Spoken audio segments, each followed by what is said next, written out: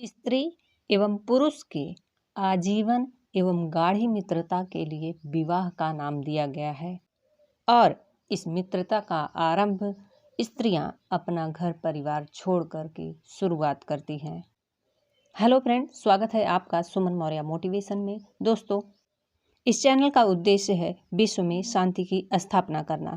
किंतु दोस्तों, विश्व में शांति की स्थापना तभी होगी जब हर घर में शांति होगी, क्योंकि हर एक घर से समाज, परिवार और देश से मिलकर विश्व बना है और सभी घर में अगर सुख समृद्धि और शांति रहेगी तभी विश्व में शांति की स्थापना होगी। दोस्तों, चैनल पर नए हैं तो चैनल को सब्सक्राइब कर लें ताकि नए वीडियोस की नई नोटिफिकेशन आपको मिलती रहे। दोस्तों, आज का हमारा टॉपिक है कि पत्नी के प्रति कर्तव्यनिष्ठ बनने की। प्रकृति ने स्त्री और पुरुष में शरीर संरचना को छोड़कर और कोई भेद नहीं रखा है। उसका कारण कुछ प्राकृतिक आवश्यकताएं भर हैं, अन्यथा जीवन, श्वास, हृदय, मस्तिष्क, बुद्धि, आंखें और मांस दोनों में एक जैसे ही हैं। उन प्राकृतिक आवश्यकताओं को पूरा करने के लिए साथ रहना भी जरूरी है और यहीं से वे पति पत्नी का संबंध स्थापित करते हैं, जो क्रमशः मन, मस्तिष्क, हृदय, अंतःकरण तथा प्राणों की एकता तक सघन हो जाता है। प्रेम और आत्मीयता का पाठ मनुष्य परिवार से ही आरंभ करता है, यहाँ तक कि परिवार के बिना उसका जीना भी दूभर हो जाता है। परिवार निर्माण और उसकी अन्य आवश्यकताओं को पूरा करने के लिए एक दूसरे का कार्य तथा दायित्व विभाजन एवं उन्हें पूरा करने की परंपरा चली, जो उचित है। लेकिन एक व्यक्ति निर्वाह के साधन जुटाता है तो दूसरा उसे उपयोग लायक बनाए, एक बाहर का क्षेत्र संभालता है तो दूसरा अंदरूनी व्यवस्थाएं देखे। कहाँ तक बात ये समझ में आती है और ठीक भी लगती है, परंतु इसका कारण एक अपने को बड़ा समझने लगे और दूसरे का शोषण करे, यह जरा भी उचित नहीं जचता। दोनों अपने अपने कार्यों को ही लक्ष्मण रेखा समझ लें और किन्हीं भी परिस्थितियों में एक दूसरे का काम न संभाले, यह विकृति ही नहीं तो क्या है।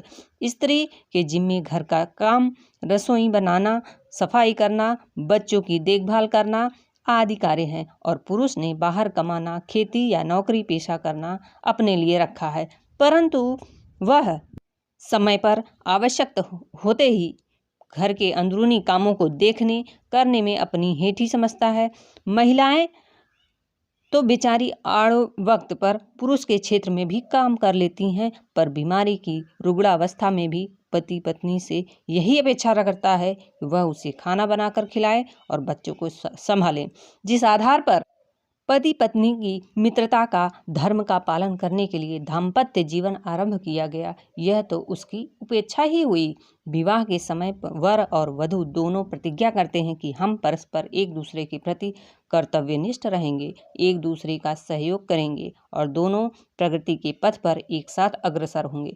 पर आगे चलकर यह प्रतिज्ञा अधूरी ही रह जाती है तथा पुरुष जहां पत्नी के काम करने में अपना छोटापन समझता है, वहीं पत्नी को पुरुष के क्षेत्र में पर्दापण करने से भी रोकता है।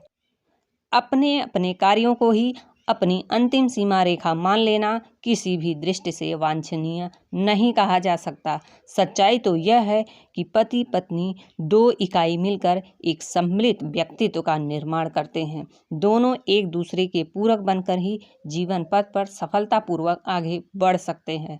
सहयोग की दृष्टि से कामों का विभाजन बात है और है, परंतु ऐसी कोई कठोर मर्यादा नहीं बनाई जा सकती कि अमुक कार्य केवल पति ही करे और अमुक कार्य के लिए पत्नी पर ही निर्भर रहा जाए। औचित्य का तकाजा यह है कि दोनों आवश्यकता पड़ने पर वफादार और कर्तव्यनिष्ठ साथी की तरह एक दूसरे के कामों में मदद करें, चाहे वे कार्य घर के हों चाहे बाहर के।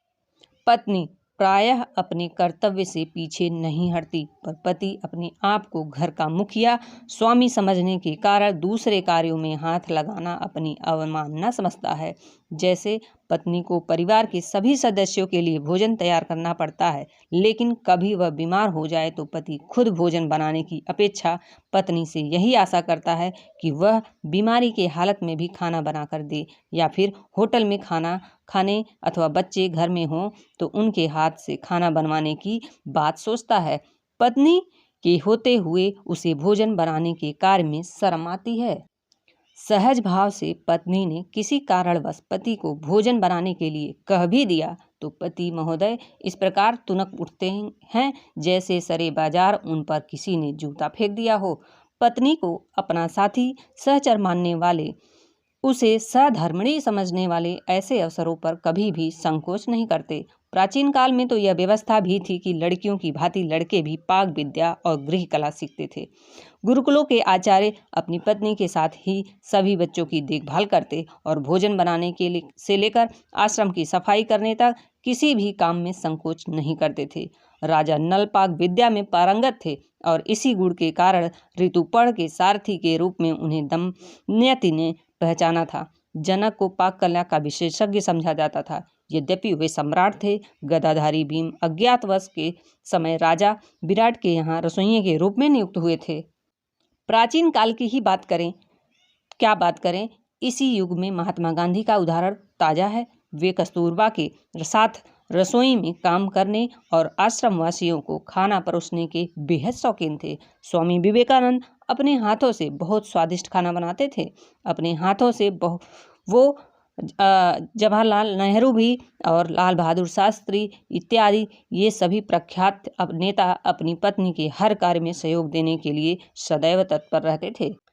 एक बार कमला नेहरू जब अपने जीवन के अंतिम दिनों में बीमार रहने लगी तब नेहरू जी ने कई बार के घर के अंदरूनी काम देखे। हमारे यहाँ कोई भी महापुरुष ऐसा नहीं रहा है जिसने घर के कामों को, जिनके लिए केवल पत्नी पर ही निर्भर रहा जाता है, करने में संकोच अनुभव किया हो।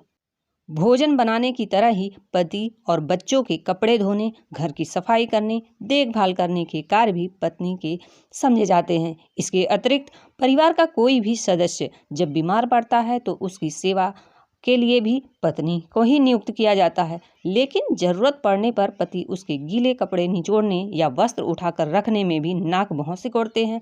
सेवा का क्या यही मूल्य चुकाना चाहिए? क्या यही मित्रता है?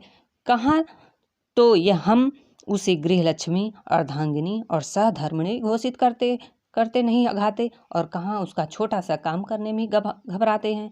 हर किशोर बालक बालिकाओं को धीरे धीरे घर के कार्य, जिनमें पाक कला को मनोरंजक बनाकर माता पिता सिखाएं तो जीवन भर आकस्मिक आवश्यकता पड़ने पर स्वयं जिम्मेदारी निभा सकेंगे बच्चे।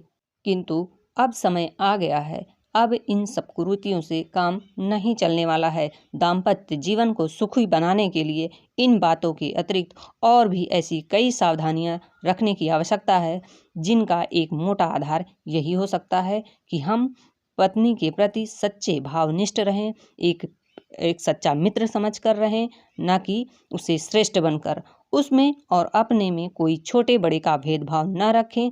प्रेम और हार्दिक एकता में न कोई छोटा है और न बड़ा, अतः उसे बराबर का साथी मानकर ही व्यवहार करें। तो दोस्तों, आज का रहा हमारा ये पत्नी के प्रति कर्तव्यनिष्ठ कैसे बने। इसी के साथ अपनी वाणी को विराम देते हैं। मिलते हैं नए वीडियो में नए विचारों के साथ, नए टॉपिक पर। धन्यवाद।